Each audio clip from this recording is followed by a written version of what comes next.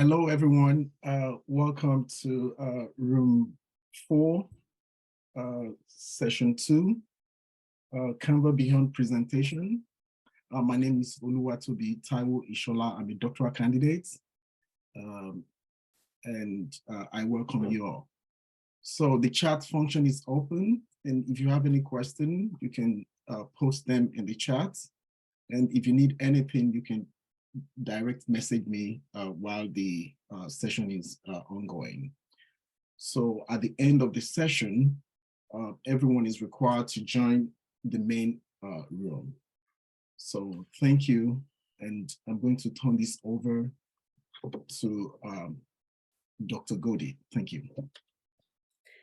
Thank you, Toby, and I'm so glad to see a room full of people to work with this morning and have really appreciated the opportunity to share some fun things to do with Canva. And I'm hoping that many of you have at least got your feet wet a little bit with Canva, but if you haven't, that's okay. But I want to say this is going to be a little bit more unique session because in what we're going to be doing today, we're really going to try and do as much hands-on as we possibly can. So Toby has agreed to help in the back end and answer any questions or even ask me to stop, pause, because the presentation is going to be using a web app called Canva, and we want to make sure everyone's needs are met as I ramble on with how much fun this can be to empower your students to use these types of presentation tools. So let's get started. And welcome, everybody. We're going to begin. I'm going to share my screen, and you're going to see the Canva application introduced, and I'm going to actually begin as a presenter and do a presentation with Canva here. And, you know, I do want to be sure that everybody understands that what you're seeing on screen now is the first page of the presentation that I'd like to use just to kind of show you what's possible inside Canva. Also, part of my window, you can see on the left-hand side is a navigation bar that really shows ways in which I can build a Canva presentation, much like ways we do with slideshows such as PowerPoint or even Google Slides. And I have a couple of tabs open, and this is technically what you will see when you initiate your Canva session. So I'm going to give each of you a moment and just try and have you go to canva.com and do a quick login. And actually, I'm gonna log out here as well and just do the same thing as you. It gets a little trickier when there we go. I wanted my presentation to actually be a little further up. I want to be able to see my address bar. Okay, there you go. So you can actually do canva.com and open up on your window, and you should be at your home page. And the prompt here is, what will you design today? So just take a couple of moments to let you get on board.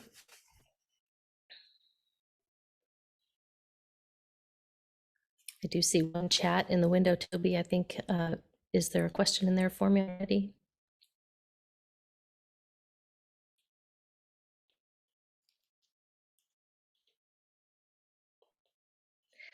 All right, hearing nothing, I'm going to continue and just do a brief overview of the Canva website that you can see. We actually have a way to have you log in as an educator where you can click on links inside Canva that take you to different types of tools for teachers in schools, and we will focus on this in particular with regard to how you can get yourselves logged in and using Canva for free. There are many tools inside the Canva environment that allow you to just build without having any particular license to use. So the free tools inside here, you can see I'm in my free template right now, but I am logged in. And so with templates in Canva, you can find a category in the menu bar across the top, a variety of different things that allow you to build from the very beginning. I typically use presentations and infographics with my students. And actually, I should probably let you know, part of my introduction to share that I am a teaching professor at Bowling Green State University, and my students are our future teachers. And so we try and integrate as many technological tools as we possibly can within our preparation program. And this may be why you see our student teachers coming into the field using Canva, is because we ask them to, and we ask them to build, and we empower them to think about how they will empower their students, their future students. All right, so let me get back over to my presentation because that really does help me get going. And I'll go back to my home and we'll start with our projects. Whoops, back on templates.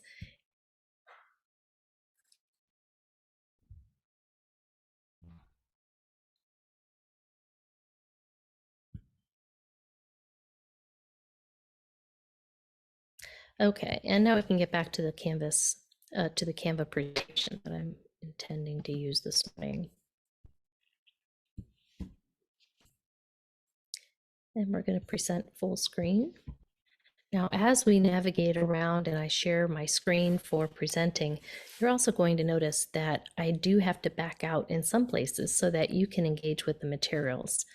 But the point of this presentation is really to give you an opportunity to explore and learn how to integrate various apps into your presentations and empower student learning. Over in the right-hand side of the screen here, you'll see this presentation is optimized for whiteboard use, and I'll show you what that looks like as well. So this and my new best friend with this particular app is called the Canva Classroom, written by Amanda Fox. And this really gives you a variety of different QR codes and ways in which you can integrate Canva in your classroom from a content perspective. And there's 42 plus great ideas for integrating. So the ultimate guide is here with the Canva Classroom. And I'm not too shy to promote Amanda Fox's work because she really is just an excellent tech integrator in her classroom. So let's talk about smashing, and if Toby could, he actually should be giving you an opportunity in the chat to click on a link that will take you to this presentation. You should be able to just open the presentation without having to do anything other than see the presentation and perhaps log in. And so I'm going to click around into the varying topics of the presentation today. We'll have an introduction. We're going to look at concepts of integration. We're going to share an idea map, and then we're going to play around in the whiteboard. So let's begin. Hello, everyone. I'm Allison Goedde, and I'm going to facilitate your session this afternoon, just part of app smashing and learning a little bit more about how we can integrate Canva in the classroom. And you'll see in my picture there, this is an app. It's not quite a Bitmoji, but this is one that I use. It's called PreK. And I am able to cartoonize any of my pictures. And this is also a fun way of getting your students to recognize you as a human cartoon. And I just put that out there because oftentimes we think of ourselves as ways of connecting with students, especially in the middle childhood grade level, where they see themselves as characters, and we are characters in their world too. Thank you to Project Impact for supporting the session today, and BGSU as well. So when we think about any of the work that we do and things that we would want to share with others, we have these ideas in our brains that need to really be sorted out and focused and sometimes shared. It's really a collaborative practice to be able to share your ideas with others and have purposeful conversations, and you don't always have to have a mind map for this, but when it comes to using presentations or even writing papers, it's best to have an outline, and ideation and mind mapping is a way to do that. So the first way of, or the first thing in designing a presentation is what we call ideating. and you're going to gather all the details about your presentation that you want to include, and then put them in an outline or a mind map. So we're going to use a structure that I have here in Canva, and I'll show you where to find these templates. But Canva generally gives us a way to create a concept map, starting in the center with our central idea and our main topic, and then branching off. This is really just part of an organizational tool. But one of the features that we have, and I'd like to be able to share with you this morning, is the ideas that you can share with students and the platform for using Canva to do so. In the box over here to the left, in the yellow, you can see that if you right click on the background of the slide or on the thumbnail, you can expand this page into a whiteboard. And because I'm in presentation mode, I won't demonstrate that here. Actually, I think Toby may have just done that for us, or somebody in the slideshow may have done that for us. We can all then click around and have a marathon, just start adding ideas into this mind map. But we haven't really identified a central idea. So I'm going to skip over and show you a couple of things that happen inside the mind map as I'm creating it. And some of the apps that I've already built into Canva, you can kind of see. That's what I was fearful of happening. So let me back out, just kind of show, instead of presenting, I'll show you the active live screen inside Canva. The part of the active live screen here is this button down at the bottom allows me to expand and shrink the map. And as I move this around, I can share with you some of the ideas that I've incorporated already as an example. And then we'll start looking at the whiteboard together. When you click on background, and this is where we were at the very beginning here, kind of go over to here. This is the whiteboard that we can all click into. The next one is playground that I see a number of you are already in. Up in the upper left-hand corner is my Bitmoji. I've also got a QR code that you could literally use your phone to click into and use Canva from your phone. This is the QR code that takes me to the whiteboard. Also, I have in here a little bit more of an innovative idea. This time clock down here in the square is an app that I added in as part of the app smashing introduction that I'm going to share. And then down below here, you can see this is a Google map. So I see Trent clicking in there as well. And as your students, and in my case here, workshop participants are bumbling around inside here, I can find their cursors and checking and clicking on things. The next link that you can see that's available in here, this is non-interactive because of the way in which I'm sharing the screen at this point, but a website that was recommended by Amy Fox is one called Parlay Ideas. And if you actually click on this, you can pull down the menu and see the link. And what happens here is hyperlinking is not possible, but you can copy this link and paste it into another tab or another URL. And so that is definitely an opportunity for you to click around, and whoops, I better put that back in there for you. Okay, so let me just have you look at the Canva environment now. And in order to play around in Canva, you can click on the board for elements, where you can see I've got some sticky notes, and maybe you want to add a sticky note. This is mine. Just put in here, go ahead, add your sticky. You can make it whatever color you wish. You can make it whatever size you wish. This is just something that we can all contribute to. And that's one element inside Canva just for a beginning. We can also, as I'm in here, remember this can be shrunk, and we have a lot of real estate on the screen. This is not limited to what you can see in a large window or even an 8.5 by 11 page. This is a large space. So sticky away and play, and you should also be able to add text. When I click on a text box link, you can see my glow. And you can put whatever word you wish in there. I'm a BGSU Falcon. And these are just elements that are immediately available inside the Canva environment. When we get into more fun about using some of the apps that are pre-built into Canva, you can click on, for instance, your Bitmoji. Now, my Bitmoji has already been built in. If your Bitmoji has not been built into your Canva link, it's simply a matter of clicking on the Bitmoji app and seeing if you can add that in there. I will say I've forgotten that I do have a lot of other apps built in here, and your starting point is going to be down here in the waffle. So if you look, follow my cursor all the way over to the left-hand side navigation bar to the waffle called Apps. And this is where the fun begins. So now as I scroll through here, I can Excuse me, can you Yes. do that again?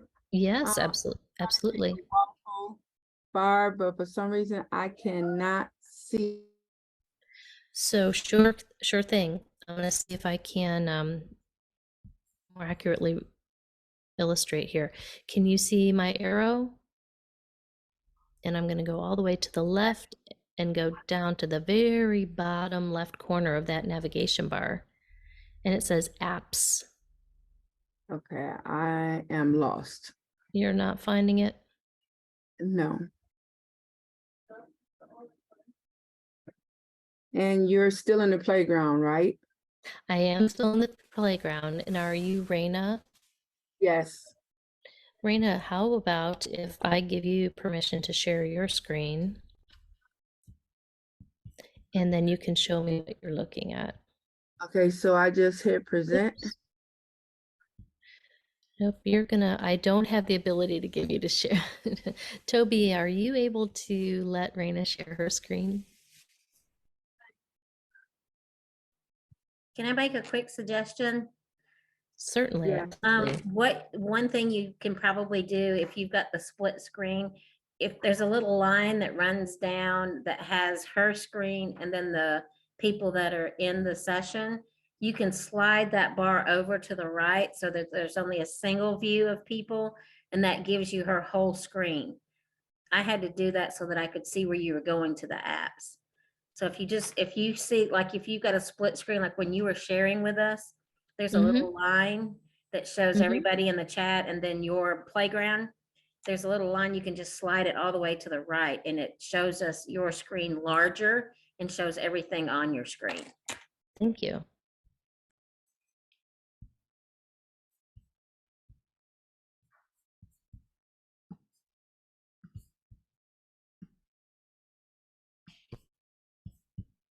Yeah, okay, so you've got your screen up and there's a little double line. If you slide it, if you click on it and slide all the way to the right, it makes your screen presentation bigger, and they should be able to see that apps down in the bottom left corner. And so my screen now is as large as it will be. And is the apps visible? I can see it because I've moved that bar over. It's just a line that's got kind of a double line on it. You can click on it and just move it to the right.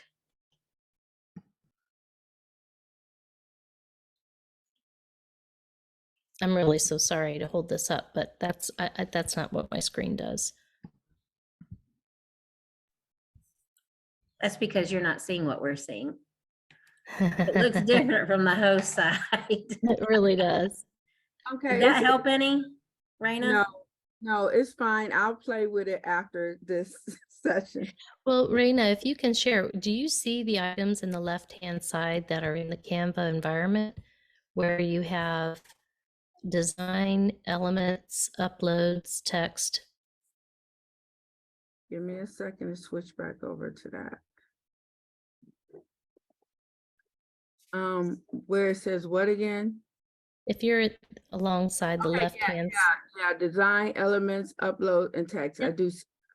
go all the way to the bottom of that left hand column. That's the navigation bar. You should find apps at the bottom. Okay, I did. I found it. All right. That's Whew. fabulous. I also see now we've been very productive in the next workspace over to launch some ideas about on the whiteboard in design thinking. So really the playground area has just grown immensely now, which is a fabulous thing because we're now not limited to just one slide. We can share and use different templates with inside there. Back to the apps and the possibility of the different types of things that you can smash into your Canva environment. Remember, you can add YouTube videos in here and just do a search for any YouTube video that would be content related. A lot of what's popping up on my YouTube feed right now has to do with current events. I'm going to ask whose ever dog is barking if they could mute their microphone, please. Oh, sorry. Oh, that is no problem.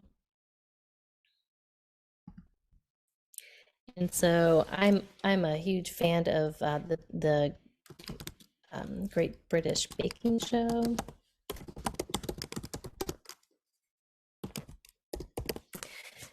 I maybe didn't spell it correctly, but I literally can click on a YouTube video there and have it plug in.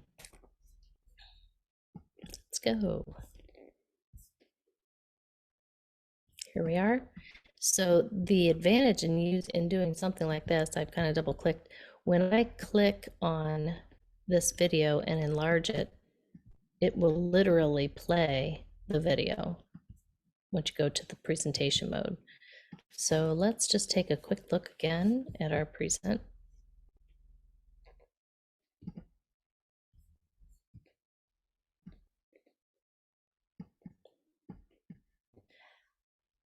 All this activity is giving my computer a little bit of fits, but there we go. This is a fun bunch of people all wanting to play around. So here's my YouTube video now. And think of it, you literally could build, okay? So you literally can build lessons around a YouTube video that are situated right within the context of your empowering students. You do absolutely, we're playing in a playground and we're all professionals, but you do have to give good guidelines for your students to follow along and appropriately use the whiteboard for what it is intended to when you give them permission to do that. But just as a point of interest, the app smashing elements of this suggests that students then could also share things that they have in their collections that are appropriate. I had the opportunity to visit the World War II Museum, and there are plenty of different types of images that I want to share as teachable moments for my students. So perhaps I use some of my own content and build around that in the playground. So again, Google Photos is one of the apps that's available. Google Maps, I think I may have already kind of walked you through what the Google Map will do, but if you click on a Google Map, you can find a location anywhere. So let's look for the World War II Museum in New Orleans.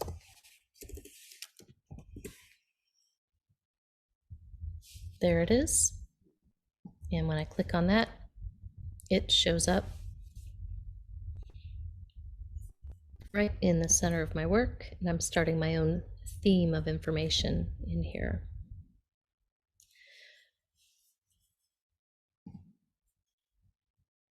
Flourish is the app that I used to set the timer on our workshop today, and on the previous map somewhere in my original work, you can see I have the time clock. We've got 20 minutes and 15 seconds left to the end of the workshop. And now that we have so many different things that are loaded in here, one of the another feature that you might have recognized inside the Canva location has to do with the way you can expand and draw lines inside the concept map. And so as you, I'm going to scroll in a little bit closer and show you how to do that. Oops. So this particular box that I'm looking at right now has arrows up, down, left, and right. When I click on the 3 dots to the left, you can see one of the options in here is called Quick Flow. Currently, Quick Flow is activated, and I'm going to deactivate that. And you can see the difference now. The box I'm moving around in does not allow me to make any connections. So I'm going to change that again and enable Quick Flow. And then what that does is allows me to extend and add concept map boxes. So as ideas flow and as students work inside Canva, they can really contribute their thinking as well. And I'm going to scroll over and find some of the work that you all have done. As I scroll inside this, it is possible to take shapes and turn them into a workflow, and those already have been created. So who's ever developed this one here, athlete sponsorship, if I disable your quick flow, then I can't let that grow. And now I'm going to enable it, and I can just add more boxes. Okay, so that is another really great feature inside Canva. App smashing is all about finding new ways to represent information. You can definitely see the content opportunities that are on the left-hand side as I keep scrolling around inside the Canva environment. One thing that I really quickly started to recognize inside this workspace is that Canva is really connecting so many apps to their work environment. In keeping with the idea of examples of app smashing, the URL that I originally talked about early on in our session, Parlay ideas. Let me just go to the link. In the presentation, you would be able to actually hyperlink this onto the website. Maybe I just back out. Oops. What that whole thing. So there's a question for you. Yes, go ahead. Yes. So what's the app you use to cartoonize a photo? The app used to customize a photo? Well, there are many. Is that the question, Toby? No, cartoonize. I think they're talking about cartoons or something. Oh, it's called PreK. Oh. Let me back out of the presentation and put it here in the chat for you. And actually, it's something that I have on my phone.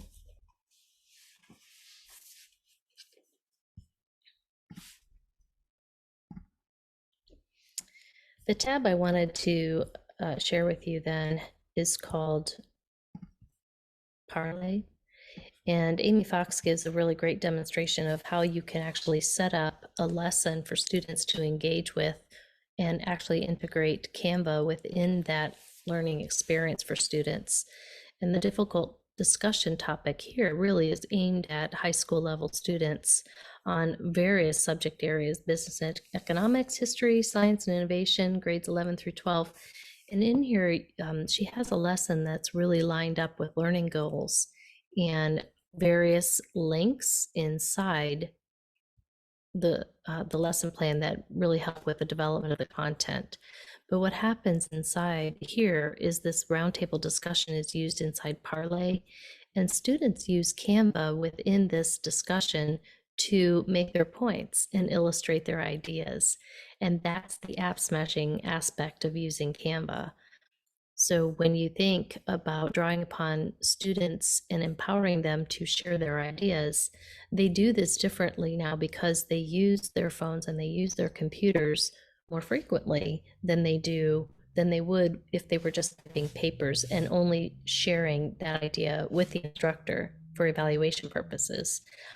So thinking about how we can, further extend the conversations and get students to really apply knowledge and facts. This is the whole point of using Canva for that learning environment. So what I would like to do now is be sure that I'm answering any questions that you have about using Canva for teaching and learning.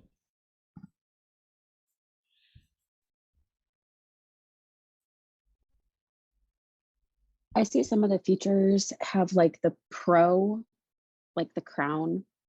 Yes. Can that be verified? I see that there's like the educator or use for teaching. Can you get verified so you don't have to pay for that, or how does that work? That's a really great question. I'm glad you asked. So even for myself, I did at one point have a pro level account, but I paid out of pocket for it because as I was teaching online through COVID, I needed to use some of those more sophisticated templates and interactivity levels with teams. So there are a couple of ways to go about doing the pro account. You can get verified through Canva as an instructor, and I think that they would have a complimentary pro account for you, or you could have your school district buy into the Canvas license. The Canva, I'm sorry, I said Canvas, but it should be a Canva license that you would then have a site license that many of you teachers and students can actually share. Thanks. You're So there's welcome. a question with respect to if they have is only Apple compatible or something. So is No, that an Apple it only is. app? That is a really great question as well. The Canva is available on Mac, iOS, as well as the Windows platforms. It is a web app, and you actually don't even need to be at your own personal computer. You can do it through your phone, or you could go from home to school and use different computers.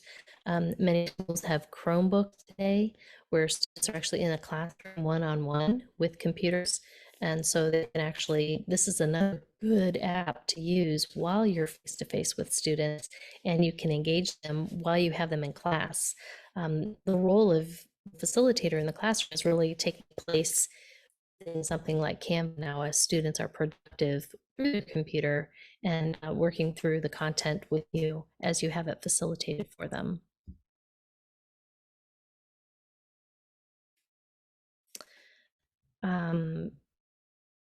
Also, I think that the the, question here with respect to PreK isn't showing up in the Android Play Store. So you would go, so actually inside Canva, the app is not going to be available until you integrate that.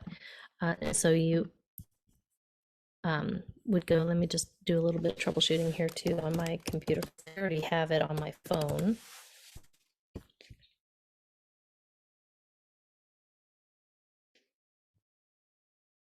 And there are going to be all kinds of different apps that will do something similar to PreK. I just happen to have this one. Bitmoji is another. Oops, it actually isn't showing up on, I think I just had it through my phone through the App Store, which is an iPhone app, and maybe that's the limitation between that particular example. So I apologize. I really just customized that one to the Macintosh.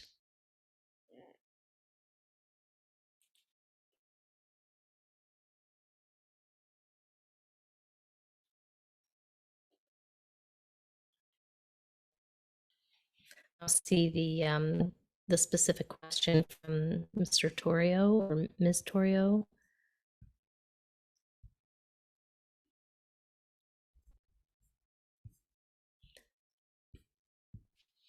Can anyone share an integrated idea they may have for using Canva?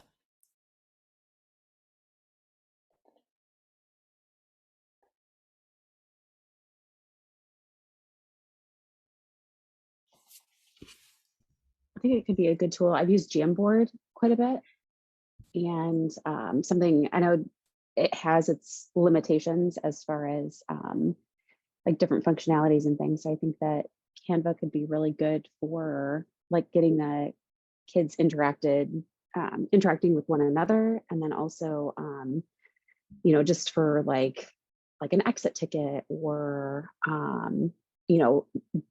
getting their background knowledge on certain things, like what they know about a topic,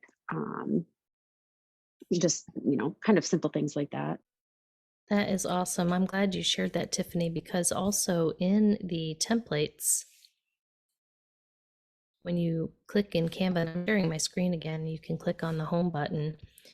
You all can continue playing, but in the template section, Jamboard has a couple of examples.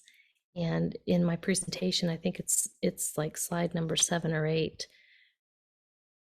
There is a Jamboard template, and you can integrate Jamboard inside Canva without a whole lot of trouble. So if I just do a search for Jamboard templates,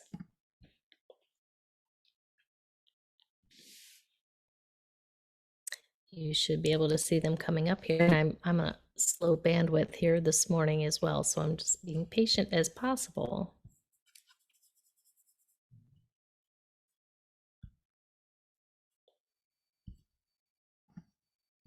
Come on. And you could actually do a search through the templates yourself for Jamboard. On my presentation, the Jamboard example that I found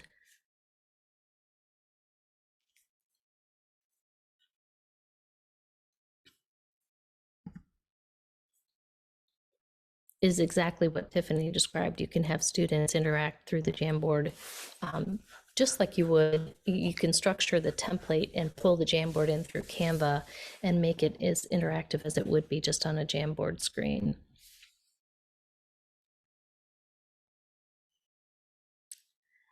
Appear to be frozen, and maybe not so much, but it's a bit of a demand on my bandwidth.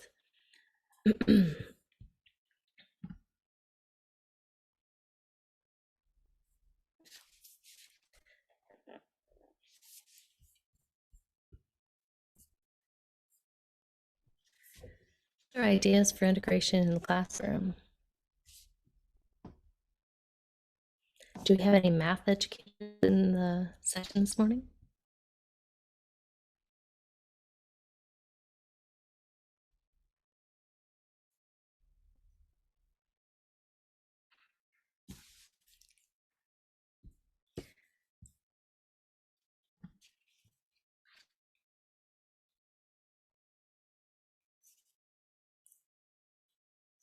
Okay, so my slide number 8 is the design thinking and ideation.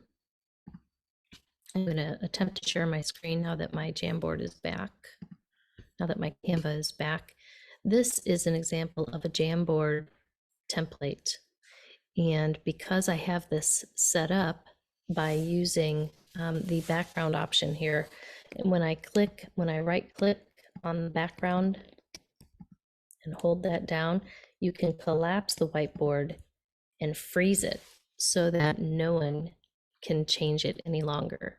And to me, that's an important thing to be able to do, is freeze it so that students can no longer add any more information. It might be that you're conducting a formative assessment practice and you give students 15 seconds or 30 seconds to post an idea or a solution to a problem. This would be one way to control the screen and have students work autonomously to post their answers. Now you can see on my screen that it's starting to come alive again. On the left-hand panel, you can see a couple of the templates. These are Jamboard templates that are shown here. Very limited. These are some of the presentation templates, but letters W and R are examples of some of the templates that have been used. So I'll put that away.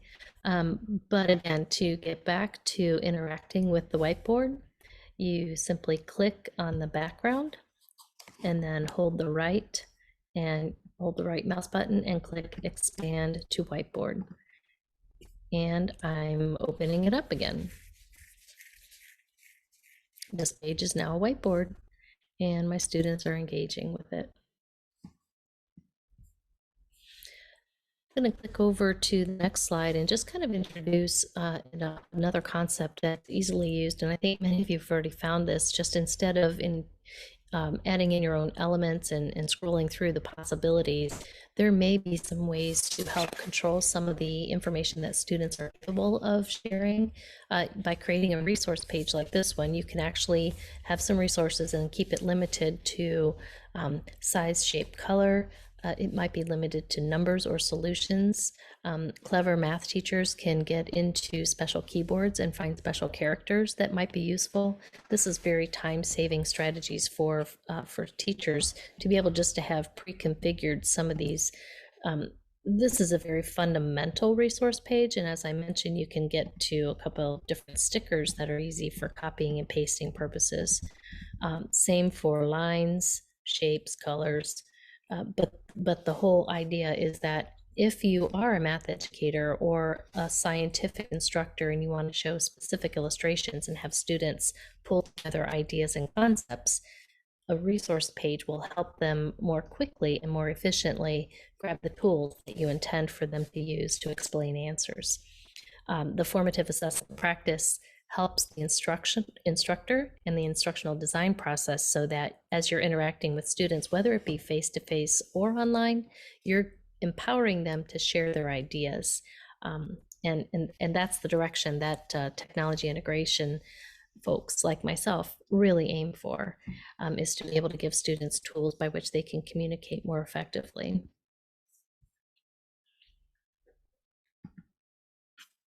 At this time, I'm going to stop sharing my screen and answer any more questions there may be here. You absolutely have access to this presentation to continue playing with this. Continue using the URL.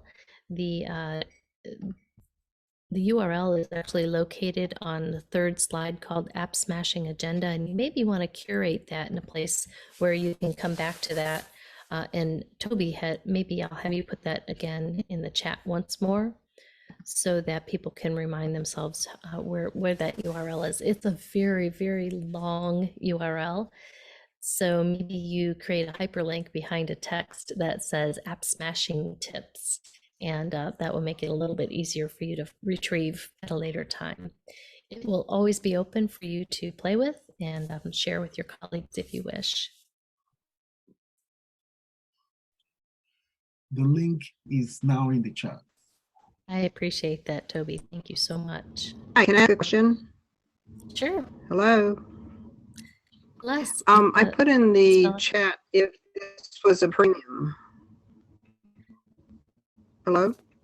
I'm sorry, what your question was about whether or not that you needed a premium membership or premium subscription? Right, count. No, actually, what I'm sharing this Right. morning is all just on the educator level. It's just on a free app. Okay, so the next question is, what does the premium provide, if you know, that we could also use? Yes, the premium actually gives you the chance to share with team members shared projects. In this example, I'm sharing the whiteboards, but the projects that are being built and collaborated has a little bit different aspect to it that I'm not able to share how that works. Also, with a premium membership, you can get a lot more sophisticated templates. Sometimes as you're searching through templates and stickers and pictures, you'll see it has a crown associated with it. The most attractive and appealing templates are the ones that are in part of the premium membership that you can't really have access to. All right, that answered my question. Thank you. You're very welcome.